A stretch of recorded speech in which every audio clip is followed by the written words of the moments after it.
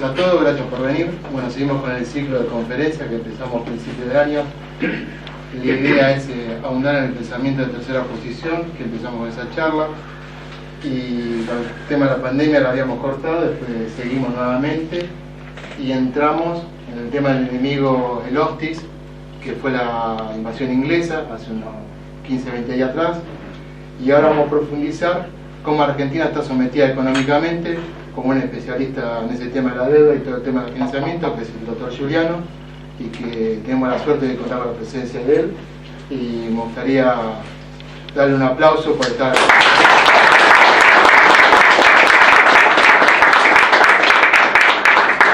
Lo dejo. Ok, gracias. Bueno, en principio, buenas tardes a todos los que ya no he saludado todavía.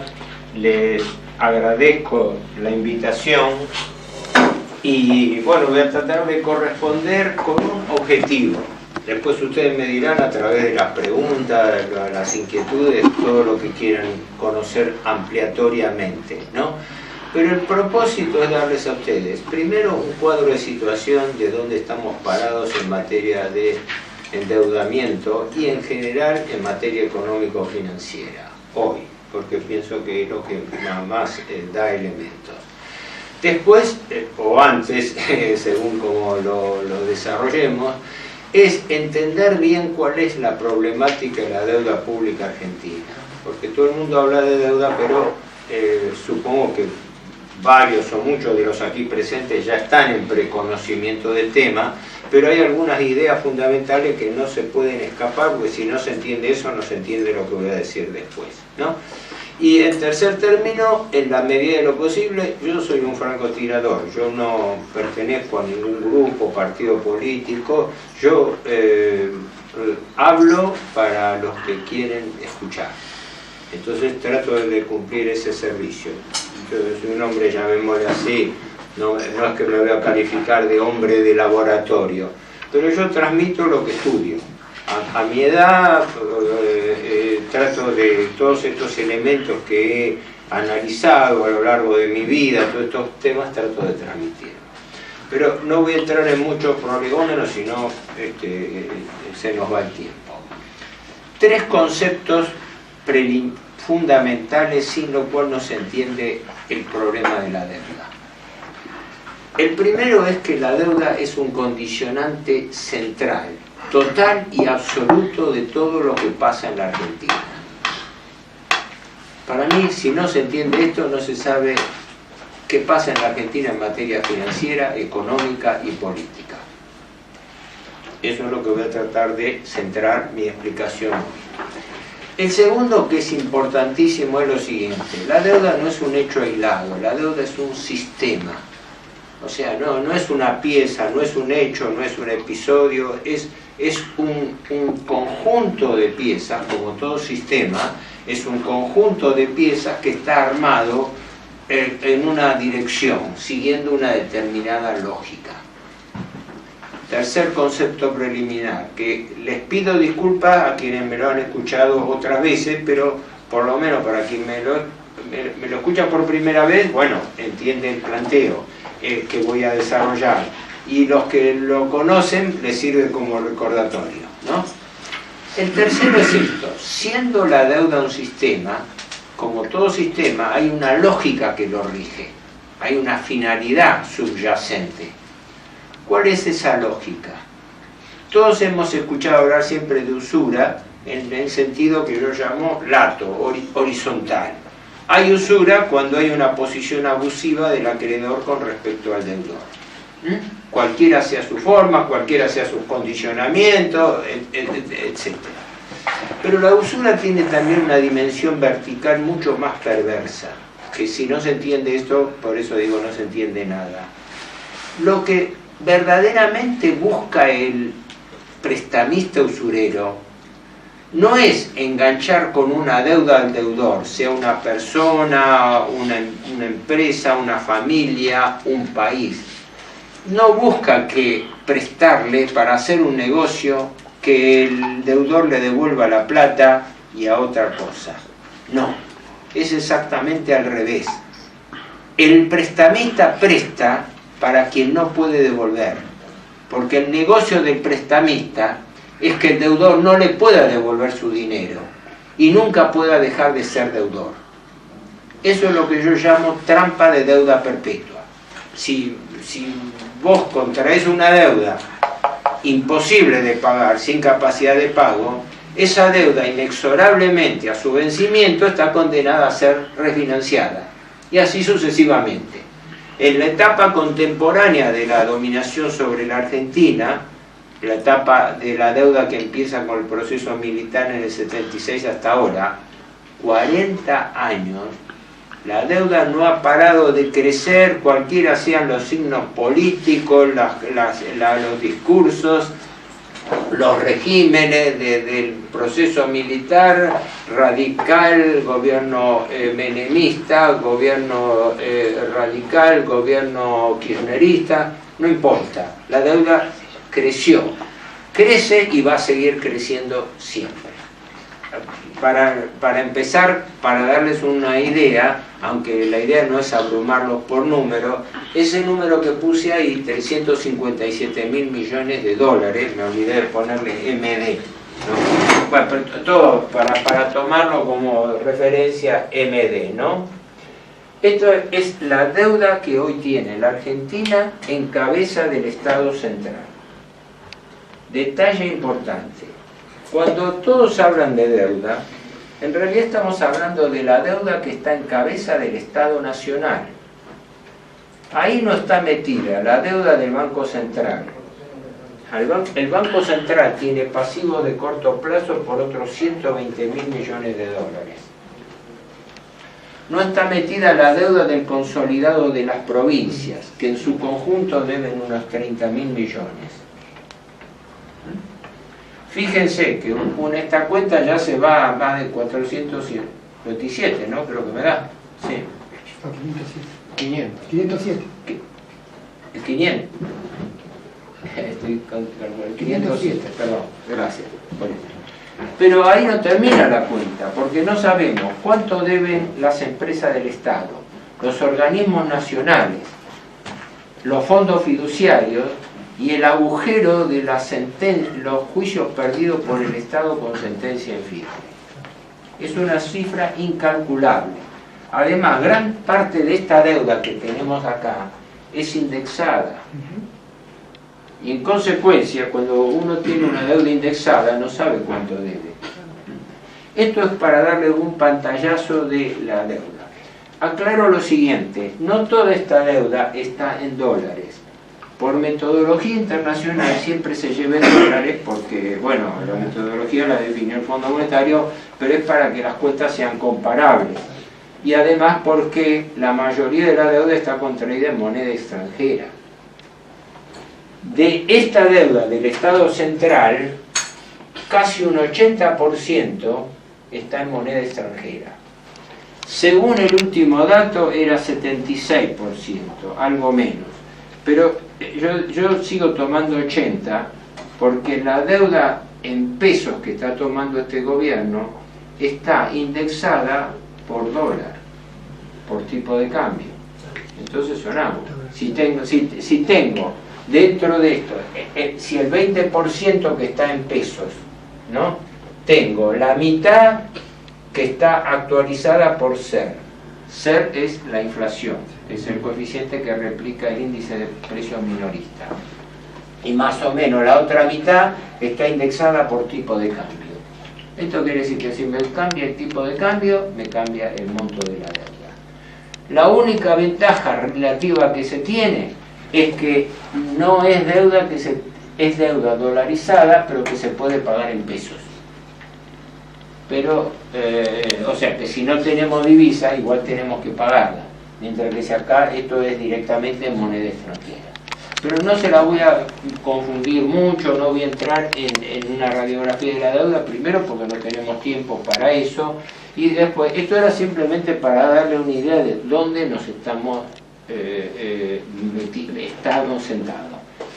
Peor cuando hablemos de esto del Banco Central, porque esta deuda, en realidad, 40.000 son en dólares. y los 80.000 restantes, 80.000 millones de dólares, son en letras que se llaman LELIQ, que son a 7 y 30 días de plazo, y en pases pasivos que son a 1 y 7 días de plazo.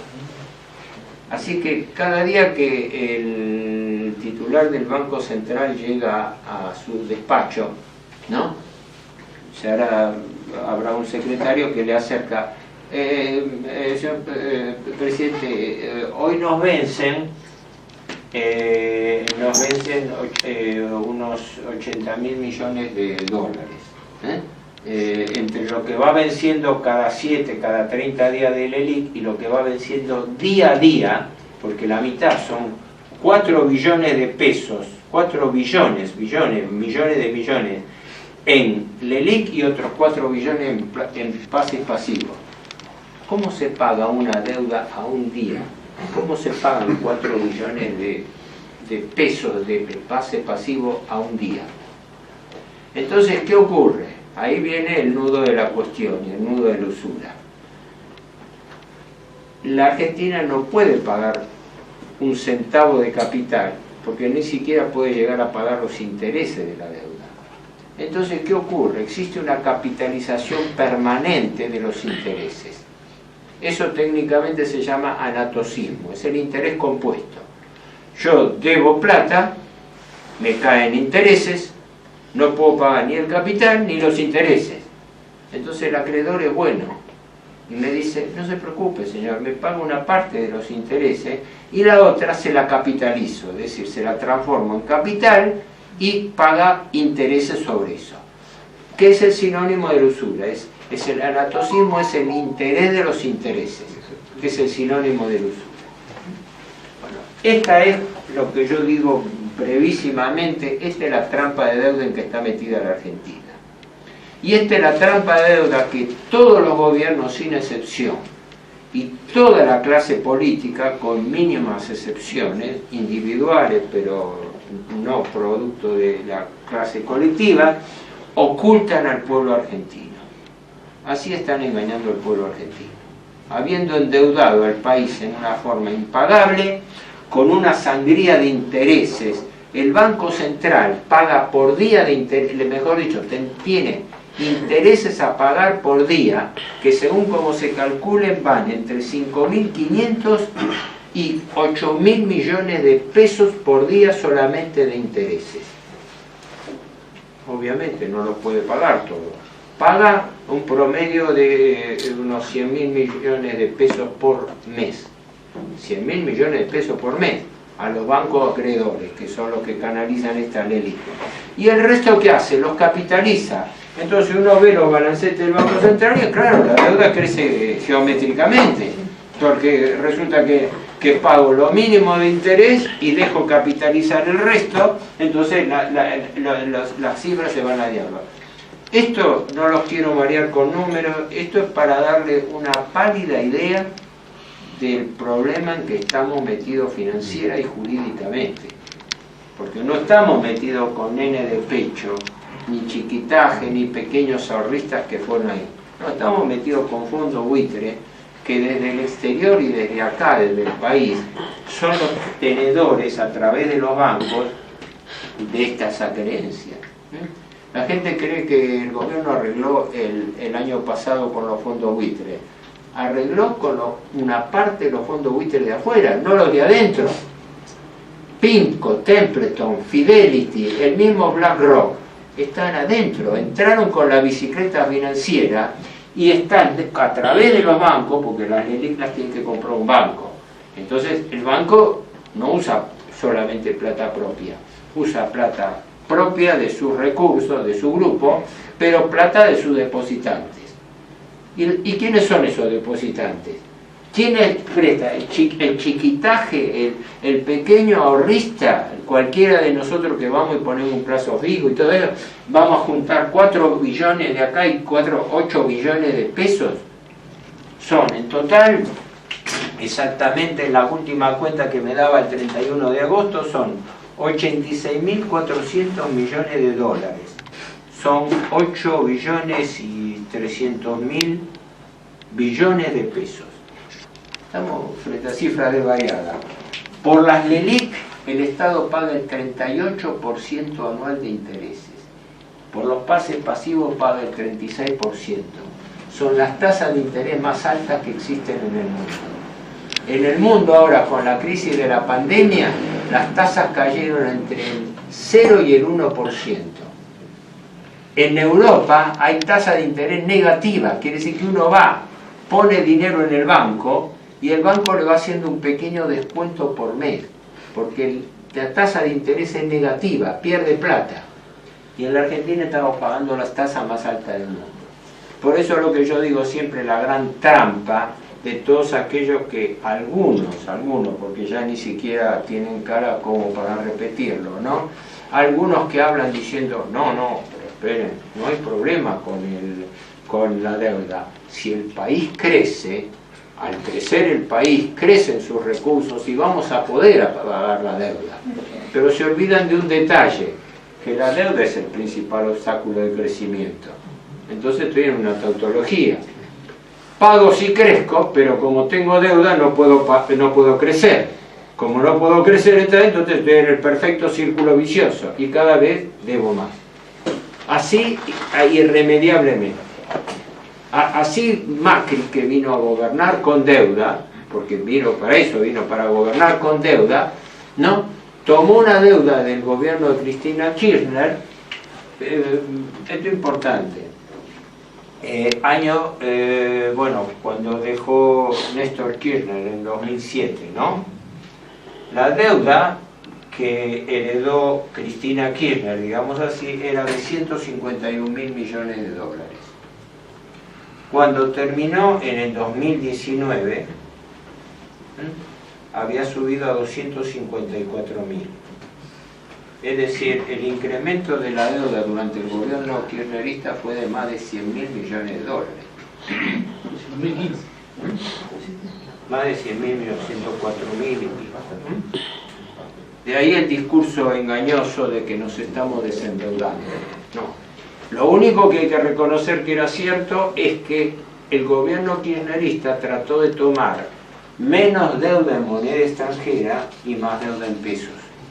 En eso sí, no fueron cifras sustanciales porque el nudo de la deuda siguió estando siempre en dólares, pero se trató de atenuar la cosa diciendo, bueno, primero, en lugar de endeudarnos en moneda extranjera, endeudémonos en moneda local. Y además, la principal fuente de moneda local era el propio Estado. Es decir, crearon toda una bola de nieve de deuda intrasector público, de deuda intraestado. ¿Por qué? Porque el Tesoro, para pagar la deuda a los acreedores privados, le pedía prestado como a no devolver, como dejándole un vale de caja, le pedía divisas al Banco Central. Y como no tenía plata, le sacaba plata a los jubilados del ANSES, cosa que hemos hablado en su momento con Giovannini. Es decir, el gobierno empezó a echar mano a todas las cajas. Entonces, ¿qué ocurre? Se le aguantaba la deuda a los acreedores privados, usureros, sacando plata del propio Estado. Pero el Estado somos todos nosotros. Cuando se dice saca plata del Banco Central, y bueno, al sacar plata del Banco Central provocaba inflación, porque quitaba divisas, entonces menos respaldo de divisa a los pesos significa depreciación de pesos, devaluación. Entonces lo que no se pagaba de una forma se pagaba de otra. O la última, y la que se sigue haciendo ahora. Resulta que ahora, ya hace tiempo, y lo que hizo Macri, no señores, no emitamos dinero, emitamos deuda. Y entonces Macri en 2 años, porque en 2 años reventó la situación, ¿no? En el 2018, terminó en el 2019, ya la deuda había llegado a 336.000 millones. Es decir, Macri en 2 años, 2016-2017, aumentó la deuda en 82.000 millones de dólares. Así, en 2 años de gestión. Fue uno, paradójicamente, fue uno de los más eficientes endeudadores de la Argentina. Y lo hizo con una plana de funcionarios que venían precisamente de la banca privada, porque Prat Gay venía de la banca Morgan, Luis Caputo venía de la banca Morgan y después pasó a ser acá presidente de la filial argentina de Deutsche Bank. Andrés Bausili, que era secretario de Finanzas, venía de la banca Morgan. Gustavo Cañonero, que era vicepresidente del Banco Central, venía del Fondo Templeton. Y así todo, no se salvaba uno. Entonces, perdón, esa gente no se equivocó. No eran improvisados que habían llegado ahí al cargo porque eran, qué sé yo, eran amigos de tal o cual. No, acá no se equivocó nadie, ¿me explico? Pero hablo a un auditorio que pienso que esta la tiene un poco clara, así que no necesito expandirme mucho. Esto es para darles lo que yo diría un más que apretado cuadro de situación. Bueno, lógicamente esto revierte también el déficit fiscal, porque resulta que cuanto más debemos, más aumenta el déficit fiscal. Y el principal rubro que provoca gasto público es la deuda pública y sus intereses. Pero todos los economistas del establishment, todos los liberales se rasgan las vestiduras hablando de el gasto público que crece, el gasto público. Sí, un dato a mano, porque ese dato salió publicado como una curiosidad. Entre enero y febrero de este año, 2 meses, el Banco Central emitió 200.000 millones de pesos. No fueron a ayudar al Tesoro. Esos 200.000 millones de pesos que imprimió de la nada, como ellos dicen, de la maquinita, fueron para pagar intereses de la religión. Y de eso se callaron la boca. ¿Ah? Porque si imprimen dinero por ahí para hacer una obra pública, se rasgan la vestidura. Cuando imprimen dinero para pagar intereses, no dicen nada. Bueno, por eso. Pero para no darnos tanta manija, vamos a simplemente, porque, ojo, yo hago una defensa de mi postura. Yo, nada de lo que digo está descolgado de impresiones subjetivas mías. Estas cifras son oficiales. Estas cifras están respaldadas por carpetas del Ministerio de Economía, del Banco Central, desde el ANSES. O sea, el ANSES, el Fondo de Garantía de Sustentabilidad de los Jubilados, ha sido creado para sostener las jubilaciones de todos los pasivos. El 72 al 76% de la plata de los jubilados está prestada al Estado para aguantar la deuda pública. Así que no le aumentan los ingresos de los jubilados, pero sacan plata del Fondo de Garantía de Sustentabilidad de los Jubilados para pagar intereses de la deuda pública. Ese es el nivel de criticidad del tema. Bueno, si podemos, sin robarle tiempo, ahora sí, si les interesa un poco en qué estamos parados, qué está ocurriendo ahora. La Argentina está negociando la deuda. Para eso hay que tener presente un tema fundamental. La Argentina no negocia nada. Se sienta a ver qué le dicen los acreedores que tienen que hacer. Textual. La Argentina vive en un estado de allanamiento. Ustedes saben que ¿cómo? Perdón. Indefensión y allanamiento, las dos cosas. Sí, por eso. Perdonen que yo a veces escucho mal, pero entiendo eso. El tema es muy simple. Un deudor insolvente, como la Argentina, no tiene ningún elemento de negociación a su mano. Acá se vive mintiendo a la gente diciéndole este famoso eslogan que viene de la época del primer gobierno Alfonsín y que venía ya de antes del gobierno, de cuando estaba el gobierno militar con Martínez Dios en el Ministerio de Economía y Adolfo Dice en el Banco Central. No, la Argentina es un país solvente. Solvencia quiere decir que puede pagar. Pero tiene un problema transitorio de liquidez, ¿no? Ese es el eslogan que habrán escuchado ustedes. Qué lindo que suena. Pero ojo, que hace 40 años que se viene repitiendo lo mismo. Y tienen la cara lo suficientemente dura como para seguirla repitiendo hoy en día, ¿no? Entonces dicen, no, lo que pasa es que la Argentina es un país solvente, es un país rico, es un país... es solvente. Bueno, solvente cuando yo tengo plata, o tengo bienes que vendiéndoselos, o regalándoselos, o privatizándoselos, siguen para pagar en especie. Pero y liquidez es cuando yo no tengo dinero en efectivo. Es como si me dijeran, yo tengo una deuda con alguien, y entonces, bueno, no tengo hoy plata, espéreme una semana, cobro mi sueldo y le pago. Eso es liquidez. Pero cuando yo sé que no voy a tener plata ni hoy, ni mañana, ni pasado, ni dentro de un año, no es que estoy líquido, estoy insolvente, ¿no? Hablemos como corresponde. Entonces en Argentina no tiene ni liquidez ni solvencia. Y la Argentina, los acreedores, el Fondo Monetario Internacional, y cuanto acreedor y cuanto economista del establishment habla por televisión o por los medios, le está mintiendo a la gente diciéndole que la Argentina es solvente cuando no es solvente. Esta es la realidad. No exagero ni digo nada más. Que venga alguno a demostrarme la solvencia. Se dictó la ley después de la 27.541, que fue la que apenas asume Alberto Fernández, hace dictar por el Congreso la ley 27.541, que es la que respalda que el gobierno puede gobernar por decreto. Es decir, cuando un gobierno puede gobernar por decreto equivale a una dictadura, ¿verdad? Y aparte tiene un Congreso con mayoría que es una escribanía. Y que nadie le dice nada con respecto a la deuda. ¿Por qué? Porque todo el kirchnerismo le da los votos, y el macrismo también, porque el macrismo fue el que armó esto.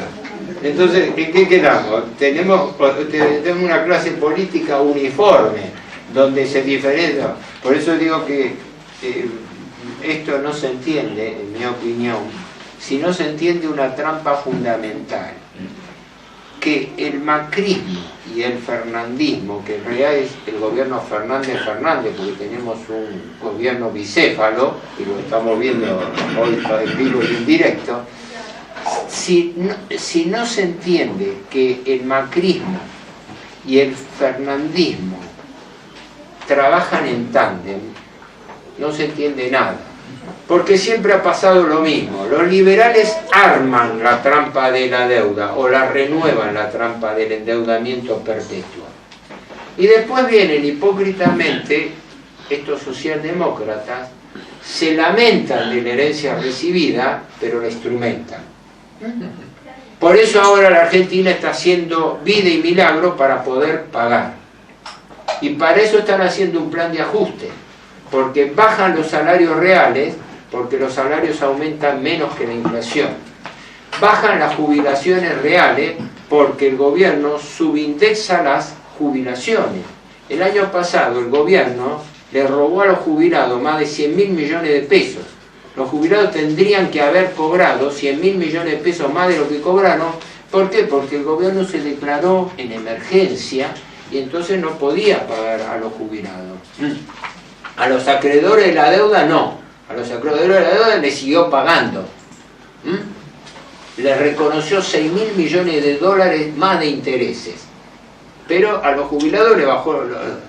Y en tercer término aprovechó la inflación para subir los impuestos. Porque la inflación en realidad actúa, eso es de texto en la facultad o en cualquier lugar, la inflación actúa como un impuesto. Porque aumenta los recursos por señoreaje del Estado. El Estado tiene esa facultad que pudiera utilizar en forma útil,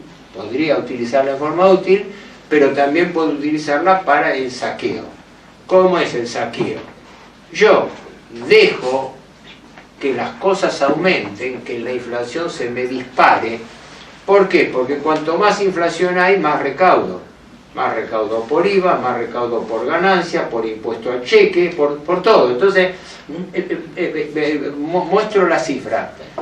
Primer semestre de este año, de enero a junio, el gasto público aumentó 32%. Ojo, la inflación del año pasado fue 36%. O sea que el gasto público bajó en términos netos. ¿Me explico? En términos netos quiere decir que si yo gasto menos que la inflación, quiere decir que estoy reduciendo los gastos, ¿no? Entonces, si la inflación el año pasado aumentó 36% y en los últimos 12 meses lleva acumulado 50% de inflación, y cuando voy a ver el gasto público me encuentro que el gasto público en lo que va del primer semestre aumentó en 32%, digo, caramba, las finanzas públicas le van bien al gobierno. Le van bien a costa de bajarle los sueldos a los empleados y todo. Por eso digo que el ministro Guzmán, aunque se van a cuidar de decirlo para no quemarlo, es hasta ahora el mejor discípulo del Fondo Monetario que hemos tenido. Porque históricamente la Argentina siempre firmaba acuerdos con el fondo que no los podía pagar, no podía compensarlo, y salía peor que lo que había entrado. Esta vez no, esta vez está viendo bajo este gobierno un fenómeno inverso. El gasto público el primer semestre aumentó 32% y los ingresos fiscales por impuestos aumentaron el 77%, más del doble. ¿Qué quiere decir? Que está aplicando la perfecta receta de ajuste que recomienda el fondo. Señores, ustedes estrangulen los gastos públicos y aumenten la recaudación. Muy bien, señor, ¿cómo hago cuál es la forma de bajar los gastos públicos? Muy simple, señor. Deje que la inflación le coma los salarios a la gente. Entonces usted de esa manera va en términos netos, en términos de conversión monetaria a moneda dura, a dólar, usted va a tener una economía en los gastos. Caramba, buena idea. Aumento los sueldos por debajo de la inflación. Y como yo soy el primer empleador del país, porque tengo más de 3 millones entre nación, provincia y municipio, hay creo que 3.600.000 agentes del Estado. Muchos necesarios, otros superfluos, otros producto del contubernio político, lo que sea, ¿no? Pero tengo que... Entonces le estoy bajando el sueldo. El Estado es el primer empleador que hay en la Argentina. Y a los jubilados, que solamente jubilados directos son 5.800.000, pero no es solamente jubilados, son planes sociales de todo tipo que se pagan. Como es sabido, por distintos planes sociales, más las jubilaciones, más pensiones, más veteranos, más todo eso, entre 18 y 19 millones de argentinos reciben subsidio del Estado. Que, aclaro, está mal, me corrijo, las jubilaciones no son un subsidio del Estado, las jubilaciones son una devolución de lo que uno aportó en su vida activa. Entonces no es subsidio, es robo. Están robando parte de nuestras jubilaciones porque yo también soy un jubilado, ¿no? Entonces, si el primer trimestre de este año se tragaron 3 puntos. La inflación subió 13% y el aumento que dieron el 31 de marzo fue el 9, 8.9. El año pasado se tragaron 12, 13 puntos. O sea, se ahorró el Estado, lo dicen todavía. Y no solamente lo dicen, sino que se jactan de ello. Porque cuando uno agarra páginas como el Economist, le ponderan al gobierno, diciendo, no, el gobierno está haciendo el esfuerzo correspondiente, se lo valoran, es claro, le está quitando plata a la gente para poder honrar la deuda. Por eso la gran paradoja cuando se utiliza la maldita palabra honrar los compromisos externos. Deudas que fueron contraídas con total ilegitimidad, sin necesidad alguna, para favorecer la colocación de deuda de gobiernos corruptos. Es así, se contrajeron con corrupción, pero cuando llega el momento de pagar, no. hay que honrar nuestros compromisos, ¿no? Se pone así como poniéndolo a uno contra la pared, diciéndole, no, espérese usted, ¿cómo va a faltar a sus obligaciones con estos caballeros, estos fondos buitres que son unos caballeros que prestaron a la Argentina? Mire usted cómo los va a defraudar, después quedamos mal ante el mundo, en fin, todo lo que podríamos ridiculizar, pero sin darnos manija con eso. Bueno, vamos al punto de situación y después igual quedó para las preguntas. En este momento la Argentina, bueno, Macri con su política de gobernar con deuda, en 2 años reventó la deuda pública, porque esos 82.000 millones los hizo durante los 2 primeros años. En enero del 2018, Luis Caputo, contento, informaba que había podido colocar de un plumazo en Nueva York, en la bolsa de Wall Street, 9.000 millones de dólares, que es plata a nivel internacional, porque ningún país de Iberoamérica colocaba tanto dinero de deuda, ¿no? Enero del 2018. En abril del 2018 el país entró en default. Entonces, a ver, esperen, todos esos banqueros que le prestaban a la Argentina eran idiotas, le estaban prestando 9.000 millones. ¿Cómo y por qué se destapa el asunto? A mediados de abril del año 2018 se trascendió que en una reunión de gabinete, Luis Caputo, que era entonces ministro de Finanzas, o sea, tenía un ministerio de la deuda, en ese momento existía un ministerio de la deuda que se llamaba Ministerio de Finanzas. Luis Caputo dijo en esa reunión de gabinete a su par de economía, Duhovne, y al presidente Macri, le dijo, eso es como decir, yo ironizo diciendo, el astronauta que está en el espacio y llama a la base de Houston, le dice, Houston, estamos en problemas. Claro, sí, bueno, esto es lo que dijo Luis Caputo. Dijeron, recibí una comunicación de Wall Street donde no nos renuevan más la deuda. Claro, si una deuda no se puede pagar y tu acreedor viene y te dice mañana no se la renuevo, lo mismo que le puede pasar al Banco Central en 24 horas, ¿qué hace el gobierno? Entonces el gobierno Macri, en lugar de hacer lo único que puede hacer, que es decir, espere, yo estoy en default, tengo que hacer como pasa siempre que hay una situación, default quiere decir impago, ¿no? Cuando yo estoy en una situación de imposibilidad de pago, sea privado, sea público, sea una sociedad benéfica, sea lo que sea, lo que tiene que hacer como regla general es una convocatoria de acreedores y renegociar para ver cómo puede pagar. ¿Qué hizo el presidente Macri de acuerdo con los acreedores usurarios? Dijo, no, yo no declaro el default. Voy a pedir una ayuda de emergencia para zafar y salvar mi gobierno con el Fondo Monetario Internacional y le paso el fardo al nuevo gobierno. Y eso hizo. Le pidió al Fondo Monetario el préstamo más grande de la historia de la Argentina y del Fondo Monetario Internacional. Le pidió y obtuvo 57.000 millones de dólares, de los cuales el fondo le desembolsó 44.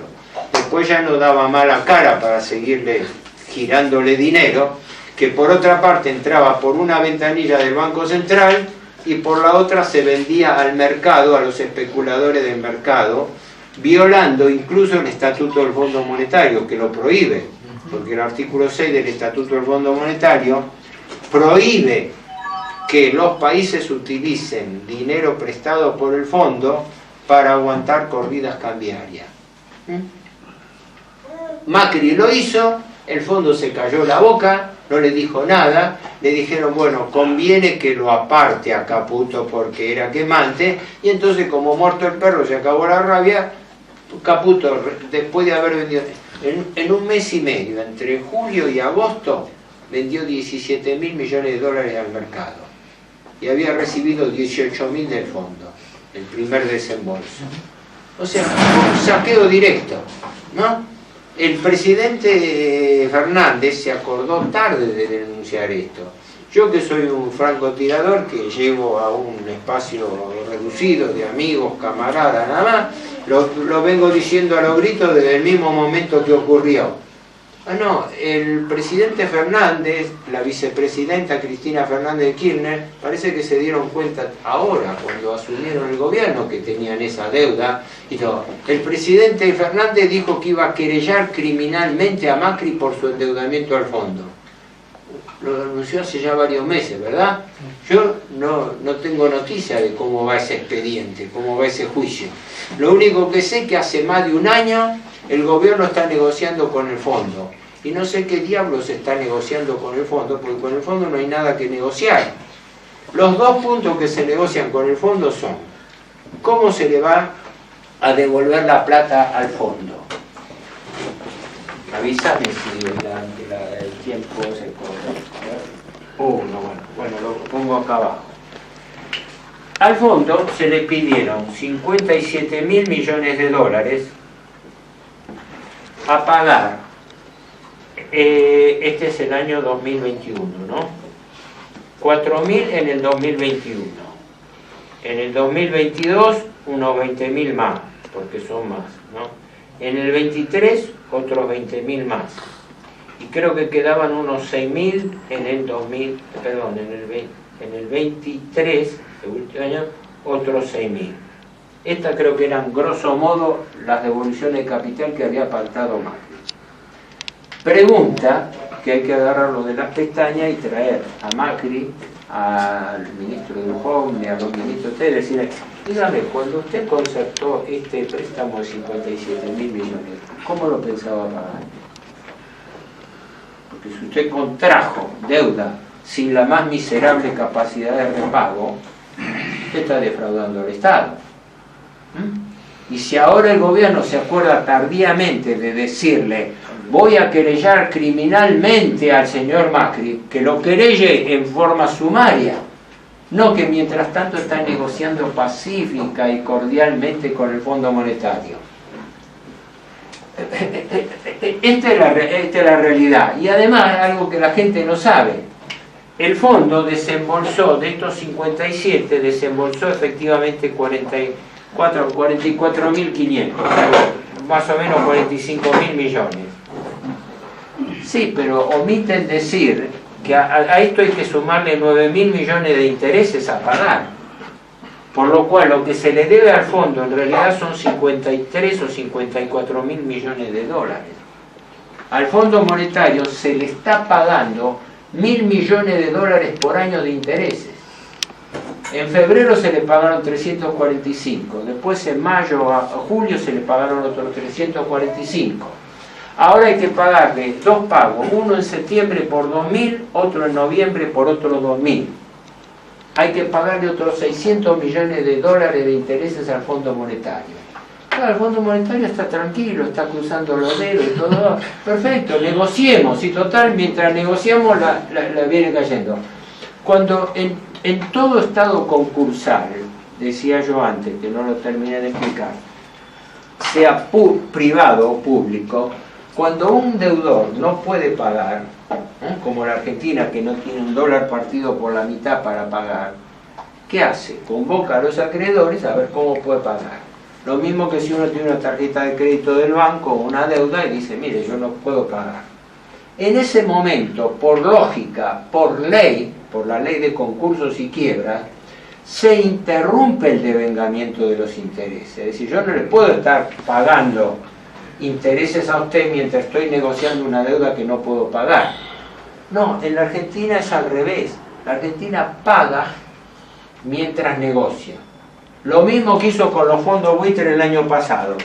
El año pasado, el famoso exitoso acuerdo de agosto, se hizo el 4 de agosto con los fondos buitre de Nueva York por 66.000 millones de dólares.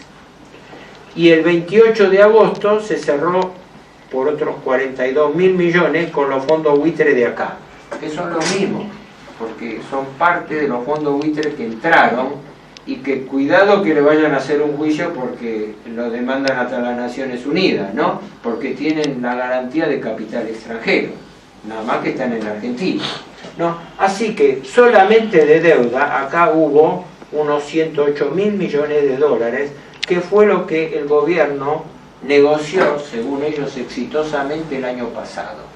Esta era deuda pública contraída con acreedores privados, extranjeros y locales, pero privados. Resulta que la Argentina hizo exactamente la secuencia inversa a la negociación. Cuando alguien entra en convocatoria, con el primero que trata de arreglar es con el primer acreedor, el más importante. El más importante era el Fondo Monetario. Tendría que haber empezado a negociar con el fondo. Además, el Fondo Monetario, es importante señalarlo, como organismo internacional tiene privilegio absoluto en caso de cobro por falencia de un país, por estatuto. Es decir, es el primer y privilegiado acreedor. Es como existe que cuando quiebra una empresa, los trabajadores que quedan desempleados son acreedores privilegiados, son los primeros que tienen. De la misma manera, bueno, no, el fondo graciosamente declinó esa actitud. Dijo, no, primero arreglen con los caballeros fondo buitre y después hablan con nosotros. Entonces, ¿qué hizo la Argentina? Hizo lo mismo. Hizo 9 meses de negociaciones entre diciembre del año 2019 que asumió y agosto que arregló. Durante esos 9 meses que estuvo negociando, los intereses le siguieron cayendo. Entonces, en lugar de arreglar el 4 de agosto por 66.000 millones, arregló por 72.500. Le cobraron 6.000 millones de dólares más de intereses, que los capitalizó. Decía el negocio. ¿A costa de qué? A costa de que le pasó todo el fardo de vencimiento al próximo gobierno. Porque salvo mínimos pagos de intereses, que son unos, no tan mínimos, entre 6.500 y ahora aparece en el nuevo proyecto 12.000 millones de dólares por año, ¿no? Que no son mocos de pago.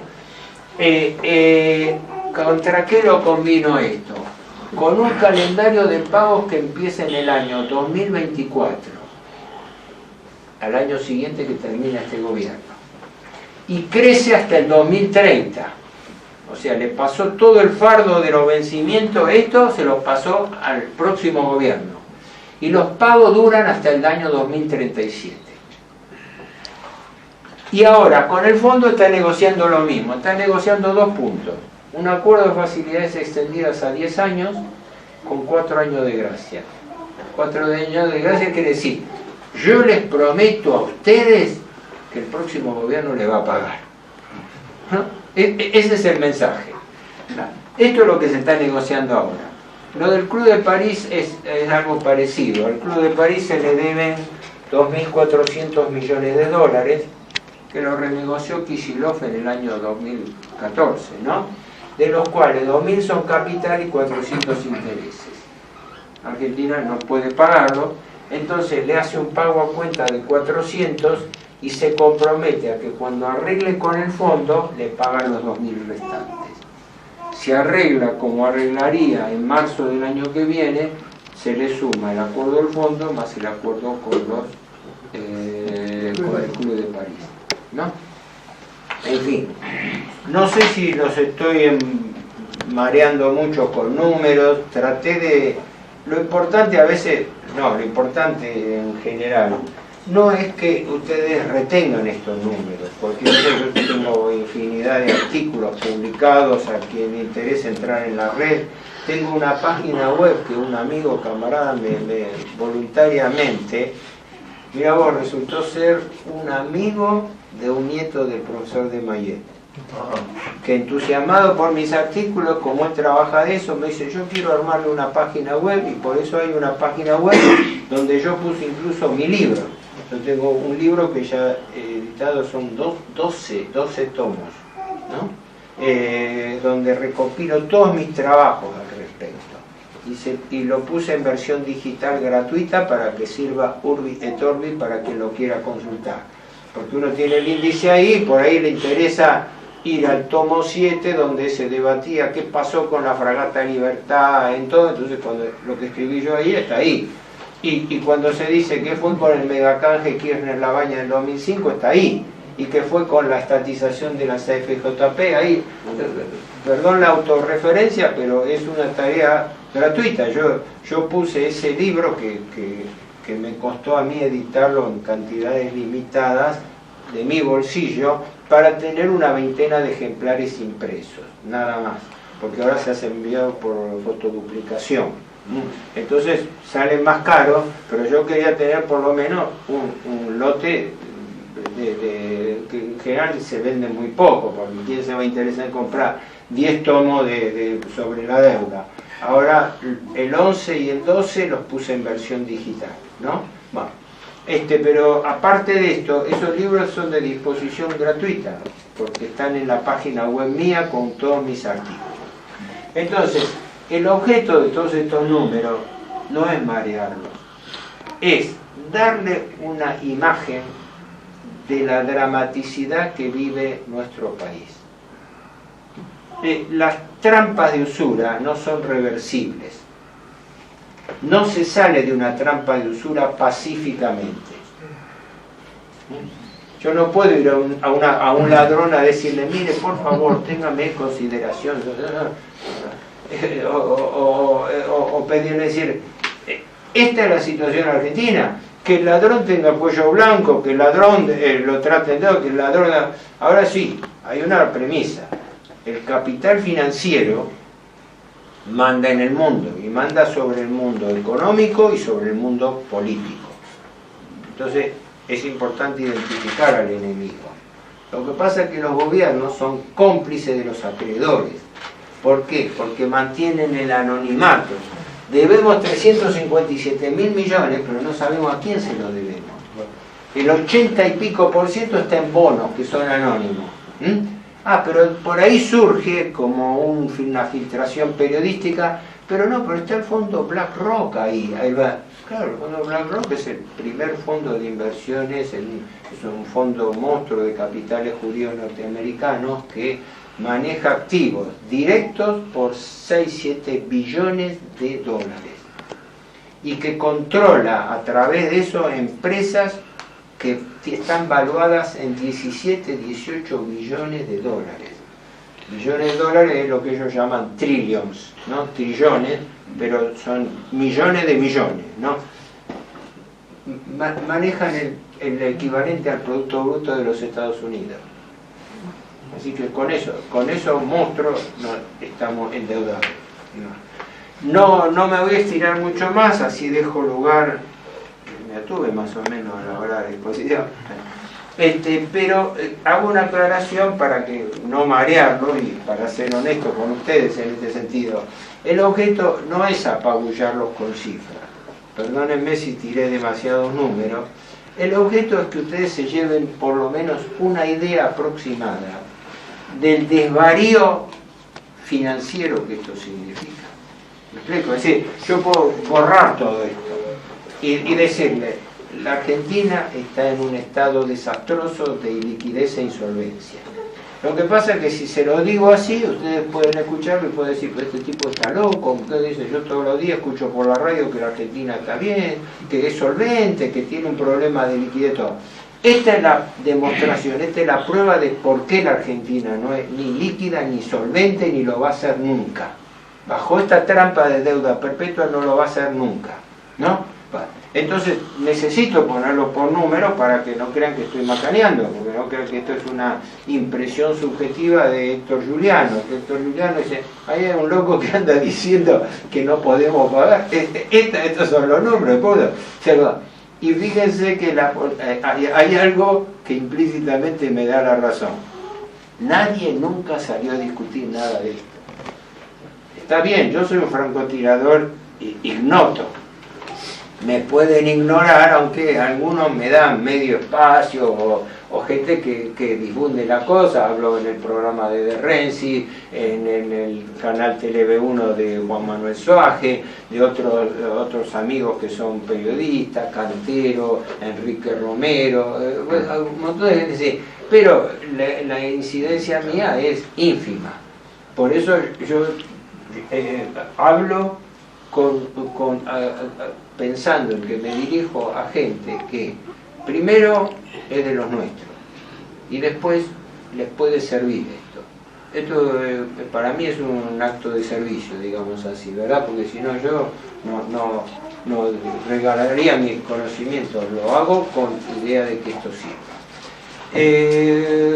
Una conclusión y después lo dejo, quedo a las preguntas de ustedes. La deuda es, digo yo siempre, es un epifenómeno, o sea, es un fenómeno derivado de algo mucho más grave, que es la crisis político-institucional argentina. Y la crisis político-institucional argentina muere en una clase política miserable que está a años luz de poder revertir esto. Y la gran tragedia que sufre nuestro país, yo digo siempre, muchos países han pasado experiencias terribles en la historia, pero algunos tuvieron la fortuna de tener una clase política de relevo. La gran tragedia de la Argentina es que no tenemos clase de relevo. Y la clase de relevo es la generación más joven que mía, por lo menos, de mi edad, que lo único que puede hacer es transmitirle, darle elementos para que esa clase de relevo surja. Entonces, cuando ustedes escuchan esto, por lo menos de los de más edad a los de menos edad, lo único que les transmito es el compromiso de que, viendo la gravedad de la situación, es como quien dice, los que tengan convicción y coraje para hacerlo, se preparen para pelear contra esto. Hay forma de hacerlo, pero hay que pelear. Y hay que estar preparado para pelear, porque estas cosas no se improvisan. Estas no son quijotadas de decir, no se paga la deuda. Al revés, lo que dicen ese argumento, a mí me dan lástima, porque no saben lo que dicen. No hay que pagar la deuda, hay que denunciar al fondo y todo. Y ojo, lo está diciendo la vicepresidenta y todo así. No. En algún momento, si alguien quisiera salir de esto, tiene que generar una situación de hecho. Y la situación de hecho empieza por un punto fundamental: blanquear la verdad, blanquear la insolvencia. Cuando haya un gobernante que tenga los pantalones bien puestos, muestre estos números, desclasifique la información, no oculte quiénes son nuestros acreedores, sino que los ponga, la lista del primero al último a quién le debemos, ¿no? A ver, para conocernos las caras y no estarlo ocultando a propósito. Cuando exista un gobierno que quiera revertir esto, lo primero que tiene que hacer es algo muy simple, muy directo, pero muy corajudo: blanquear la insolvencia del país. Decir, Urbi, una verdad irrefutable: el país no puede afrontar una deuda impagable. ¿Por qué? Porque la deuda impide el crecimiento del país. Entonces, en esto se va nuestra independencia financiera, económica y política. Chao. Después de esto somos siervos de nuestros acreedores.